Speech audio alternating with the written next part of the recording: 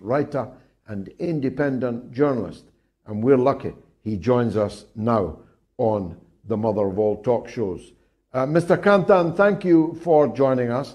We want to talk principally about Turkey. The CIA have lost the Turkish elections. Is that a reasonable summary? Absolutely. You know, the biggest loser in this election was not the opponent, Mr. Kılıçdaroğlu, but the U.S. and the CIA. And as you pointed out, the U.S. has been trying to derail the Erdogan's candidacy for a long time. And back in 2016, the CIA tried to stage a coup. And what happened was actually, I mean, or at least the urban legend is Russia's Putin made a phone call to Erdogan, and he warned him about the coup. So for the last 7 years, the U.S. has been bullying Turkey with all kinds of sanctions and threats and trying to force Turkey's foreign policy. And then they made a really big faux pas so during this election, where they brazenly tried to manipulate the election. You know, if you looked at all the Western media, they all constantly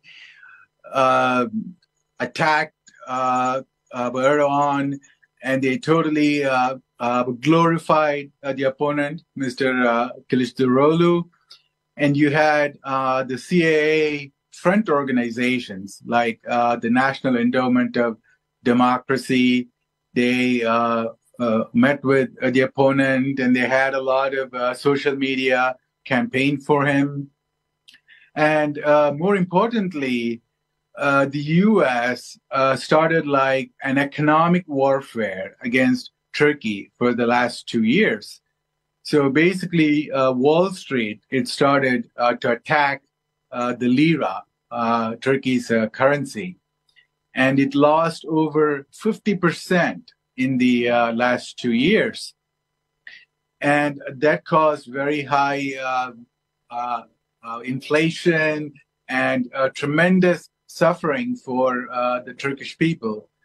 But they stood by Erdogan because they wanted stability. And I think they kind of understood the bigger picture as to what's happening. And the most shocking thing is that one of the ministers, Soylu, he's like Turkey's the interior minister, and he said something really shocking. He said, well, if somebody is going to propose a pro-U.S. foreign policy, that person would be considered a traitor. So I think that we're going to see a tectonic shift in Turkey's foreign policy in the next 5 years. Turkey is going to join. You can see